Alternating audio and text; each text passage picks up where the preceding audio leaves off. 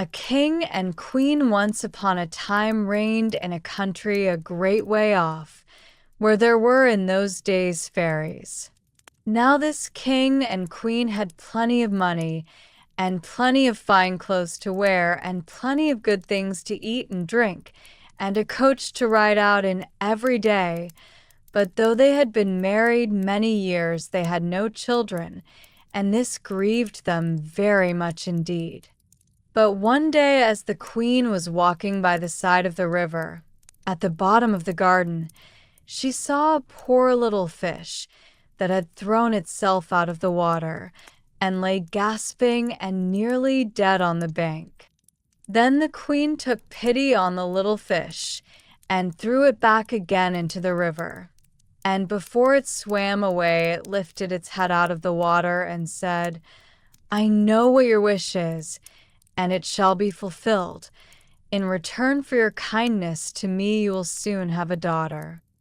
What the little fish had foretold soon came to pass, and the queen had a little girl, so very beautiful that the king could not cease looking on it for joy, and said he would hold a great feast and make merry, and show the child to all the land.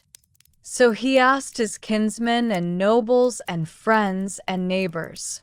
But the queen said, "I will have the fairies also, that they might be kind and good to our little daughter." Now there were 13 fairies in the kingdom, but as the king and queen had only 12 golden dishes for them to eat out of, they were forced to leave one of the fairies without asking her. So 12 fairies came, each with a high red cap on her head, and red shoes with high heels on her feet, and a long white wand in her hand.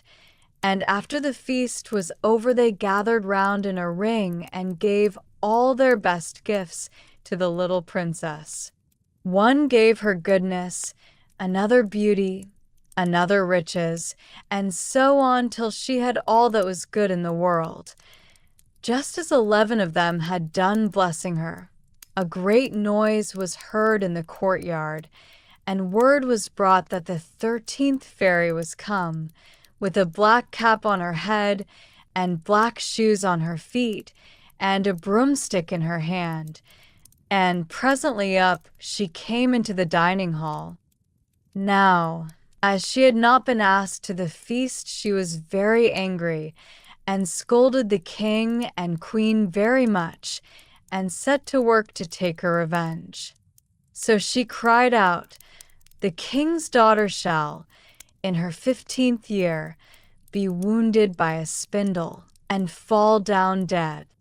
Then the 12th of the friendly fairies, who had not yet given her gift, came forward, and said that the evil wish must be fulfilled, but that she could soften its mischief. So her gift was that the king's daughter, when the spindle wounded her, should not really die, but should only fall asleep for 100 years. However, the king hoped still to save his dear child altogether from the threatened evil. So he ordered that all the spindles in the kingdom should be bought up and burnt. But all the gifts of the first 11 fairies were in the meantime fulfilled, for the princess was so beautiful and well-behaved and good and wise that everyone who knew her loved her. It happened that, on the very day she was 15 years old, the king and queen were not at home, and she was left alone in the palace. So she roved about by herself, and looked at all the rooms and chambers, till at last she came to an old tower, to which there was a narrow staircase ending with a little door. In the door there was a golden key, and when she turned it, the door sprang open, and there sat an old lady spinning away very busily. "Why, how now, good mother," said the princess. "What are you doing there?" "Spinning," said the old lady, and nodded her head, humming a tune, while buzz went the wheel. "How prettily that little thing turns round," said the princess, and took the spindle and began to try and spin. But scarcely had she touched it before the fairy's prophecy was fulfilled. The spindle wounded her, and she fell down lifeless on the ground. However, she was not dead, but had only fallen into a deep sleep, and the king and the queen, who had just come home, and all their court, fell asleep too, and the horses slept in the stables, and the dogs in the court, the pigeons on the housetop, and the very flies slept upon the walls. Even the fire on the hearth left off blazing, and went to sleep. The jack stopped, and the spit that was turning about with a goose upon it for the king's dinner stood still, and the cook, who was at that moment pulling the kitchen boy by the hair to give him a box on the ear for something he had done amiss, let him go, and both fell asleep.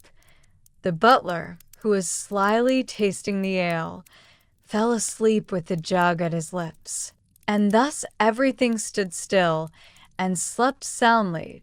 A large hedge of thorns soon grew round the palace, and every year it became higher and thicker, till at last the old palace was surrounded and hidden, so that not even the roof or the chimneys could be seen.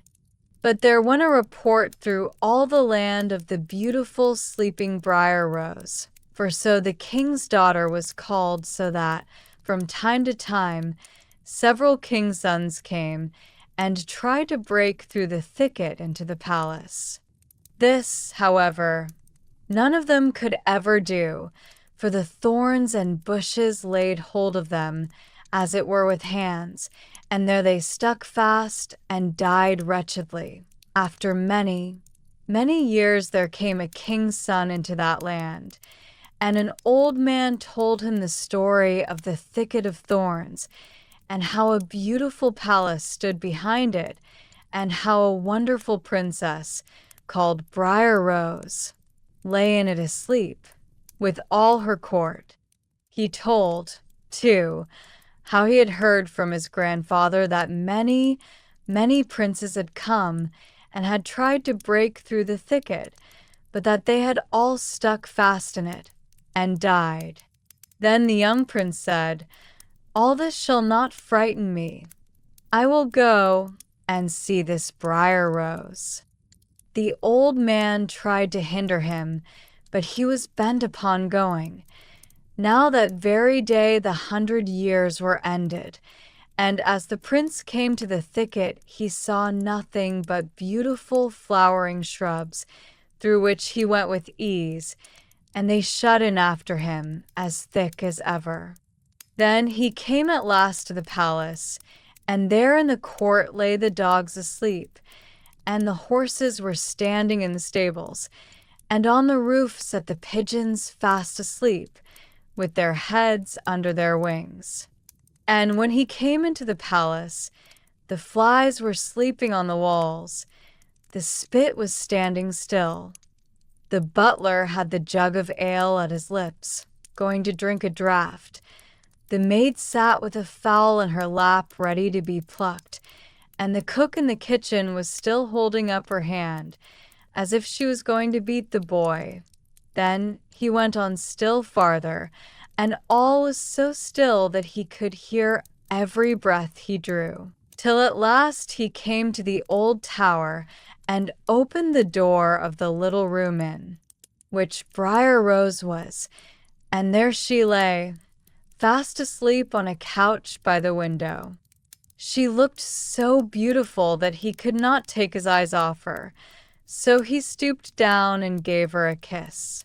But the moment he kissed her, she opened her eyes and awoke, and smiled upon him, and they went out together, and soon the king and queen also awoke, and all the court, and gazed on each other with great wonder. And the horses shook themselves, and the dogs jumped up and barked, The pigeons took their heads from under their wings and looked about and flew into the fields. The flies on the walls buzzed again. The fire in the kitchen blazed up. Round went the jack, and round went the spit, with the goose for the king's dinner upon it. The butler finished his draught of ale. The maid went on plucking the fowl, and the cook gave the boy the box on his ear. And then the prince and Brair Rose were married, and the wedding feast was given, and they lived happily together all their lives long.